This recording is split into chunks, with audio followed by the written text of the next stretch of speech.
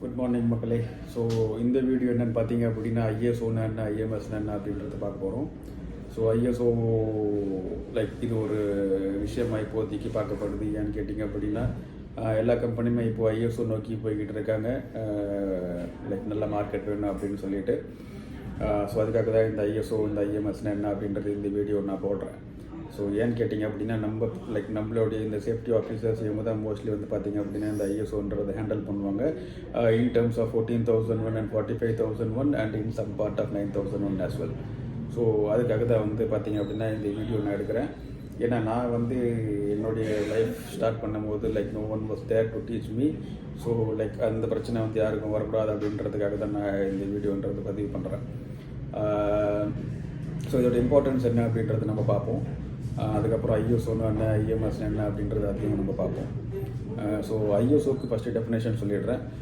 International organisation for standardisation, இதுதான் வந்து பார்த்திங்க அப்படின்னா ஐஎஸ்ஓக்கு ஃபுல் ஃபார்ம். பட் இப்போ இதில் என்ன விஷயம்னு கேட்டிங்க அப்படின்னா என்ன சார் நீங்கள் ஐஎஸ்ஓன்னு சொன்னீங்க, இந்தியன் ஸ்டாண்டர்ட் ஆர்கனைசேஷன் தானே வரணும், நீங்கள் இந்தியன் ஆர்கனைசேஷன் ஆஃப் ஸ்டாண்டர்டைசேஷன் சொல்கிறீங்களே அப்படின்னு சொல்லிட்டு ஒரு சில பேர்லாம் வந்து எனக்கு கேள்வி கேட்டிருக்கிறாங்க. Like I will be surprised. So but என்ன பண்ணுறது, அதுதான் வந்து பார்த்திங்க அப்படின்னா definition. So definition for ISO is international organisation for standardisation. ஐஎம்எஸ்க்கு வந்து பார்த்திங்க அப்படின்னா இன்டிகிரேட்டட் மேனேஜ்மெண்ட் சிஸ்டம்னு சொல்லுவாங்க. ஸோ இதுதான் வந்து பார்த்திங்க அப்படின்னா ரெண்டுத்துக்கும் உள்ள டிஃப்ரென்ஸு.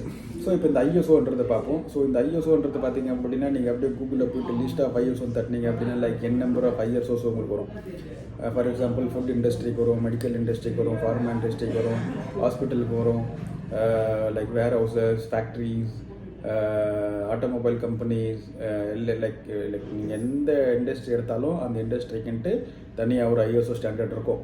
ஸோ இப்போ இதில் இந்த ஐஎஸ்ஓவில் பரவலாக வந்து எல்லாருமே வாங்கக்கூடிய ஐஎஸ்ஓ என்னென்னு கேட்டிங்க அப்படின்னா இந்த ஐஎஸ்ஓ 9001 2015. ஓகே, இதுதான் வந்து லைக் நார்மலாக எல்லா கம்பெனிலுமே வாங்கக்கூடியது. ஸோ 9001 அப்படின்றது ஸ்டாண்டர்டு. ஓகே, ஸோ இந்த 2015ன்றது வந்து பார்த்திங்க அப்படின்னா அந்த வருஷத்தில் அது அமெண்ட்மெண்ட் ஆனதோ இல்லை ரிவைஸ் ஆனதோ இல்லைனா வந்து அது எப்போ வந்து லைக் பப்ளிக்காக வந்து ரிலீஸ் பண்ணாங்கன்றது தான் வந்து 2015 அப்படின்னு சொல்லிட்டு. ஸோ அதுக்கு முன்னாடி என்ன இருந்துச்சுன்னு கேட்டிங்க அப்படின்னா 9001 2008 இருந்துச்சு. ஸோ 2008லேருந்து 2015க்கு அது மைக்ரேட்டும் ஆகிடுச்சு with some good updates. So இதில் வந்து பார்த்திங்க அப்படின்னா ஒரு 10 கிளாஸ் இருக்கும். இந்த 10 கிளாஸ் என்ன சொல்லுது அப்படின்னு கேட்டிங்க அப்படின்னா ஒரு கம்பெனி வந்து ப்ராப்பராக எல்லா ப்ரொசீஜரோடுமே ரன் ஆகிறதுக்கு இந்த 10 கிளாஸ் அப்படின்றத அந்த கம்பெனி வந்து அடாப்ட் பண்ணுவாங்க. அடாப்ட் பண்ணிவிட்டு அந்த பாயிண்ட் அந்த ஸ்டாண்டர்ட் என்ன சொல்லுதோ அது எல்லாமே வந்து ஃபுல்ஃபில் பண்ணுவாங்க. ஃபுல்ஃபில் பண்ணிவிட்டு ஒரு இன்டர்னல் ஆடிட் நடக்கும். அந்த இன்டர்னல் ஆடிட்டில் ஆஸ் பர் ஸ்டாண்டர்ட் அந்த கம்பெனி எல்லாமே வந்து இது பண்ணியிருக்கா அப்படின்னு சொல்லிட்டு ஒன்று நடக்கும். அது நடந்ததுக்கப்புறம் தான் வந்து எக்ஸ்டர்னல் ஆடிட் நடக்கும். இந்த எக்ஸ்டர்னல் ஆடிட் வந்து பார்த்திங்க அப்படின்னா ஒரு சர்டிஃபிகேஷன் பாடி தான் வந்து பண்ணுவாங்க. ஸோ மார்க்கெட்டில் like there are many certification bodies. அவங்க லைக் நம்ம அவங்ககிட்ட ஒரு டைப் மாதிரி பண்ணிக்குவோம். அவங்க வந்து பார்த்திங்க அப்படின்னா நம்மக்கிட்ட அசோசியேட் ஆவாங்க. நம்ம கம்பெனியோட இது வளர்ச்சிக்கு அவங்க என்னெல்லாம் வேணுமோ அதெல்லாமே பண்ணுவாங்க. அதில் நம்ம எல்லாமே கம்ப்ளை பண்ணிட்டோம் அப்படின்னு கேட்டிங்கன்னா நம்மளுக்கு அந்த ஐஎஸ்ஓ சர்டிஃபிகேஷன் அப்படின்றது ஒன்று நம்ம கையில் கொடுத்துருவாங்க. கொடுத்ததுக்கப்புறம் அவ்வளோதான் சார் முடிஞ்சா, அதுக்கப்புறம் எதுவுமே நம்ம ஆடிட்லாம் ஃபேஸ் பண்ண தேவையில்லை அப்படின்னு கேட்டிங்கன்னா அதுதான் கிடையாது. முதல் வருஷம் இப்போ தான் ஃபஸ்ட் டைம் நான் வந்து ஐஎஸ்ஓக்கு போகிறேன் அப்படின்னு கேட்டிங்க அப்படின்னா அதுக்கு பேர் வந்து சர்டிஃபிகேஷன் ஆடிட்னு சொல்லுவாங்க. ஸோ அது சர்டிஃபிகேஷன் ஆடிட் நடந்தோடனே நம்மளுக்கு சர்டிஃபிகேட் வந்துடும். அதுக்கு அடுத்த வருஷம் சர்வேலன்ஸ் ஆடிட் நடக்கும். அதுக்கு அடுத்த வருஷமும் சர்வேலன்ஸ் ஆடிட் நடக்கும். அதுக்கப்புறம் சர்டிஃபிகேஷன் ஆடிட் கேட்டிங்கன்னா கிடையாது. அதுக்கப்புறம் ரீசர்டிஃபிகேஷன் ஆடிட், அதுக்கப்புறம் சர்வேலன்ஸ், அதுக்கப்புறம் ரீசர்டிஃபிகேஷன், அதுக்கப்புறம் சர்வேலன்ஸ்னு அது பாட்டு போய்கிட்டே இருக்கும். ஸோ இது எப்போ வரைக்கும் போவோம் அப்படின்னு கேட்டிங்கன்னா எப்போ வரைக்கும் நம்ம அந்த சர்டிஃபிகேஷன் பாடி கூட அசோசியேட் ஆகிருக்கிறோமோ அது வரைக்கும் நாம் என்ன பண்ணுவோம், அந்த ஆடிட்ன்றது நம்ம ஃபேஸ் பண்ணிக்கிட்டே இருக்கும். ஸோ சில கம்பெனிலாம் வந்து பார்த்திங்க அப்படின்னா ஒரு 10 வருஷம் பார்த்திங்க அப்படின்னா ஒரு பாடியில் இருப்பாங்க, சர்டிஃபிகேஷன் பாடியில் இருப்பாங்க. அவங்க டக்குன்னு என்ன பண்ணுவாங்க, இல்லை நீங்கள் காஸ்ட் அதிகமாக வரீங்க, இது கோபி தானே சர்டிஃபிகேஷன் பாடி அப்படின்னா அந்த சர்டிஃபிகேஷன் எல்லாம் இது வேலிட் தான். பட் மறுபடியும் என்ன பண்ணுவாங்க, எல்லாமே அந்த ஆடிட்ன்றது நடக்கும். பட் ஆனால் அந்த ஒர்க் அப்படின்றது ஆல்ரெடி நம்மக்கிட்ட இருக்கும்.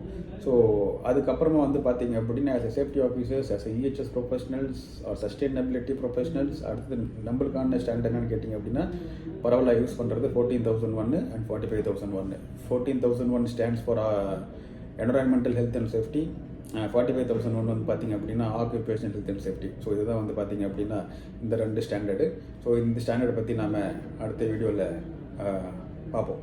ஸோ இப்போ ஐஎஸ் ஒன்று என்ன அப்படின்றது உங்களுக்கு புரிஞ்சிருக்கும். இதுதான் வந்து லைக் நார்மலாக இந்த ஆடிட் நடக்கும்.